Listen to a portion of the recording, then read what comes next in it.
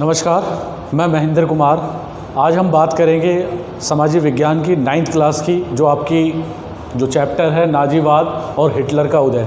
ठीक है, ये चैप्टर नंबर 3 है और इस चैप्टर का ये चौथा वीडियो है। इससे पहले हम 3 वीडियो बना चुके हैं, तो आज हम इसी के ऊपर और बात करने वाले हैं। तो बहुत सारे मुख्य पॉइंट रहेंगे जो हिटलर से जुड़े हुए, जर्मनी से जुड़े हुए, तो उसके ऊपर हम बात करेंगे। तो चलिए वीडियो को स्टार्ट करते हैं।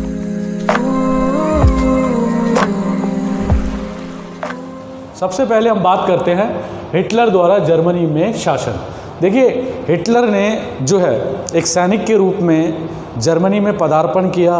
देखते देखते छोटे से पद से जो है बड़े अपने ओजस्वी भाषणों के माध्यम से वो जो है जर्मनी में पांव जमाने लगा धीरे धीरे। ठीक है, और हिटलर ने जर्मनी में अपनी शासन व्यवस्था के अंतर्गत जब वो 1919 की जो वर्साई की संधि थी, जिसमें जर्मनी की जो मान सम्मान था उसको धक्का लगा और पूरा जर्मनी उस चीज़ से बड़ा जो बेचैन था, उस चीज़ से उभरना चाहता था, उस बेइज्जती का बदला लेना चाहता था।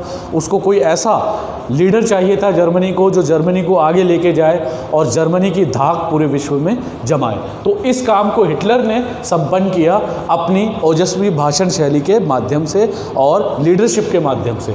तो सबसे पहले जो है हिटलर ने जर्मनी की राजनीति पर अपना एकाधिकार स्थापित किया।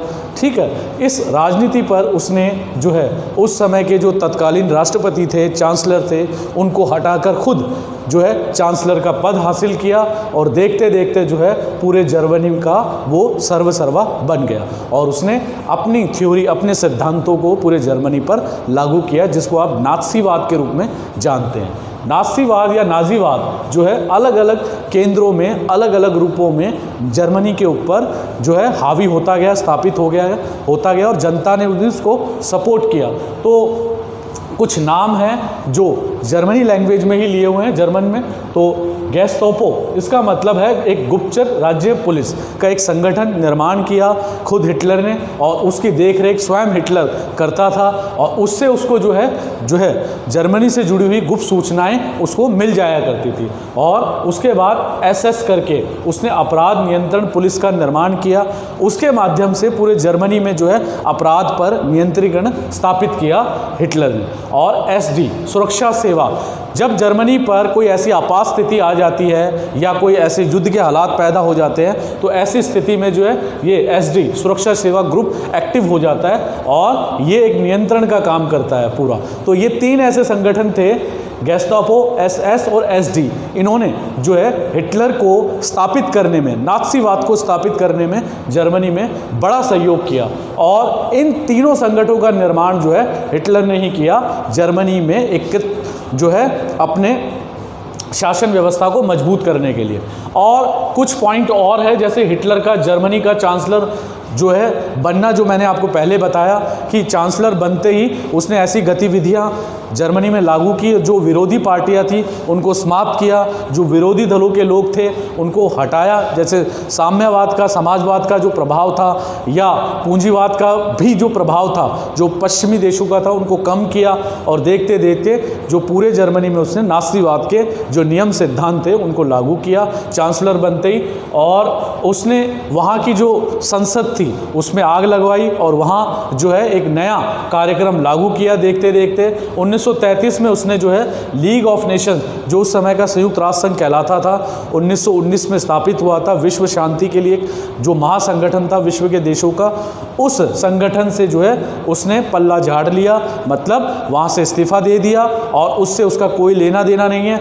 अब वो शांति के लिए कोई प्रयास नहीं करेगा, जर्मनी को शक्तिशाली बनाने के लिए वो प्रयास करेगा, हथियारों का निर्माण करेगा और ऐसे देशों से सुरक्षा संधियों को स्थापित करेगा। इसके अलावा 1936 में जो है राइनलैंड पर उसने दोबारा कब्जा कर लिया, जो 1919 से पहले हुआ करता था। उसने ये एक शक्ति का प्रदर्शन करके दिखाया। उसने दिखाया पूरे विश्व को, पश्चिमी देशों को, कि जर्मनी अब वापस शक्तिशाली हो चला है। और उसके बाद 1938 में ऑस्ट्रिया का एक भाग था सुदंतलैंड पर उसने हमला करके इसको जीत लिया 1938 में। और देखते देखते जो है पूरे ऑस्ट्रिया पर उसने कब्जा कर लिया। और इस अधिकार क्षेत्र की लड़ाई में जो है उसने, जर्मनी ने जो है फ्रांस को हराया, ब्रिटेन को हराया और देखते देखते वो अन्य देशों पर भी उसने हमला कर दिया। और उस समय स्थिति अब ये आ पहुंची कि 1939 का जो सितंबर का जो महीना था उसने पोलैंड पर हमला कर दिया और इस तरीके से जो है पोलैंड के हमला करते ही पूरे विश्व में एक दूसरे विश्व युद्ध की जो है लहर चालू हो गई, सेकेंड वर्ल्ड वॉर जो है शुरू हो गई। तो ये तत्कालीन कारण था सेकेंड वर्ल्ड वॉर का, जर्मनी का पोलैंड पर हमला करना जो सितंबर से आरंभ हुआ। इसके अलावा जो है मैंने और पॉइंट लिखे, 1940 में इटली, जापान और जर्मनी के बीच में जो एक संधि हुई, त्रिदेशीय संधि, जिसमें एक दूसरे की सुरक्षा का इन्होंने आश्वासन दिया, एक दूसरे की युद्ध में जो आवश्यकता होगी उसमें सहयोग का आश्वासन दिया। तो ये संगठन बड़ा मजबूत था। इसके अलावा 1941 में जो है यूएसएसआर पर हमला करना, अगर मैं ये इसको साधारण शब्दों में ये कहूँ कि जर्मनी की सबसे बड़ी भूल होने वाली थी, मूर्खता थी, ये मूर्खता से भरा हुआ डिसीजन था, क्योंकि यूएसएसआर उस समय एक विशाल देश था, बड़ा देश था, और जब ये हमला किया गया तो जर्मनी के जो सैनिक थे वो ज़्यादा लंबा युद्ध नहीं कर सकते थे और यूएसएसआर में जो है ठंड का माहौल था। इस ठंड भरे माहौल में जीवन यापन के लिए एक बहुत बड़ा संकट था और रसद का बहुत बड़ा संकट था। तो ये जो जर्मनी का हमला था यूएसएसआर पर, ये उसकी हार का कारण भी बना आगे जाके। इसके अलावा 1941 में जो जापान है उसने अमेरिका के एक टापू क्षेत्र है, एक क्षेत्र है प्रशांत महासागर पर जो जहाज़ों से भरा हुआ था, ठीक है, उस पर हवाई हमला किया। पर्ल हार्बर के नाम से वो प्रसिद्ध हुआ और इसी तरीके से जो है जापान का और यूएसए का सेकेंड वर्ल्ड वॉर में युद्ध में प्रवेश हो गया। और इसके बाद अमेरिका के युद्ध में प्रवेश होते ही 1941 में जो है हमले की जो परिस्थितियां है, युद्ध की जो परिस्थितियां वो बदलने लगी और पूरे विश्व में जो है सारे महाद्वीपों में युद्ध फैल गया। परमाणु हमला जो है इस सेकेंड वर्ल्ड वॉर का अंतिम बड़ा हमला माना जाता है, जिसके बाद जो है ये युद्ध समाप्त हो गया। परमाणु जो हमला हुआ वो 6 अगस्त और 9 अगस्त को हुआ, जो जापान के 2 बड़े प्रमुख शहरों पर हुआ, हिरोशिमा और नागासाकी पर। इन हमलों से जो है ये दोनों जो शहर है बर्बाद हो गए, जापान के नागासाकी और हिरोशिमा। और इसके बाद जो है अमेरिका की जो है धाक जमी और सेकेंड वर्ल्ड वॉर समाप्त हुआ और जो है जर्मनी की भी हार हुई और इसी हिटलर ने जो है आत्महत्या कर ली युद्ध के समाप्त होने से पहले ही, ठीक है। और ये एक तरीके से पूरे जर्मनी की हार मानी गई, ठीक है। ये कुछ शब्दकोश जो मैंने आपकी किताब से निकाले हैं तो इनका भी मैं मतलब आपको बता दूं। यूथेनेशिया, इसका मतलब होता है दया मृत्यु।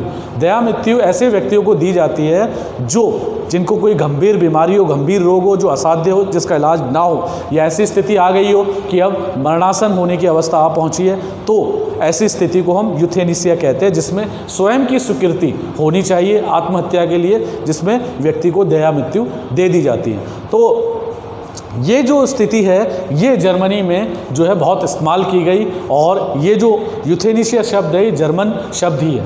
तो मैंने इस वीडियो में आपको हिटलर से जुड़ी हुई नाजीवाद से जुड़ी हुई, हिटलर से जुड़ी हुई बहुत सारी बातों को शेयर किया। अगले वीडियो में मैं इससे जुड़ी हुई और बहुत सारी बातें हैं जो मैं आपको बताऊंगा। चलिए आज इस वीडियो में इतना ही। थैंक यू, धन्यवाद।